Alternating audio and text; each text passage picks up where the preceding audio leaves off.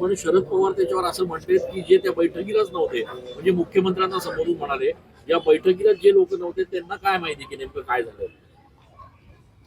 ठीक आहे, परंतु जर तुम्ही तिथे मी मगाशी सांगितलं पण कृषी प्रदर्शनासाठी आलेली ही सगळी मंडळी होती आणि इथून फक्त अजितदादा होते ते बारामतीचे असल्यामुळे,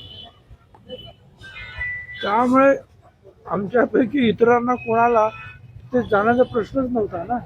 आणि अचानक अशी काहीतरी तिकडे मिटिंग होणार हे कोणाला माहिती होतं. आणि मग असं काही घालायचं असेल तर तिकडचे जसे 7-8-10 माणसं तसे इकडचे 2-4-5 माणसं बसून एकत्रित येता काय तो निर्णय घ्यायला पाहिजे आहे आणि मग आपण बोलायला पाहिजे. असं काही असो, परंतु मला असं वाटतं की आता हा विषय जो आहे, आता उपमुख्यमंत्रीपदी जे आहेत सुनेत्राबाई बसलेले आहेत.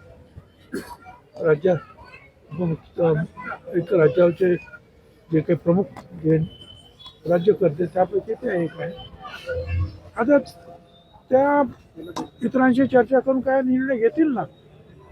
एवढं ताबडतोब सगळं म्हणजे बोलण्याचं काही कारण आहे असं काय मला काय वाटत नाही.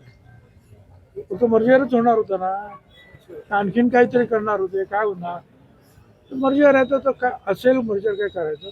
आणि ते दोन्ही बाजूने संमती झाली.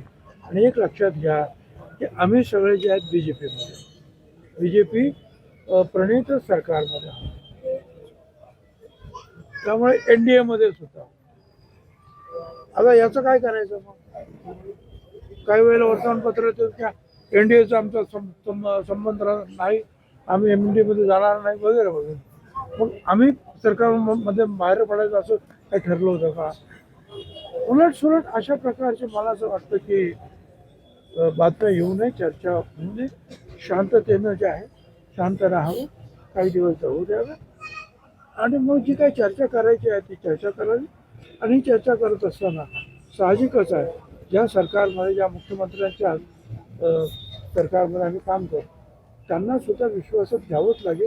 ते स्वतः मुख्यमंत्री म्हणाले. साहेब, अजितदादा होते तोपर्यंत शरद पवार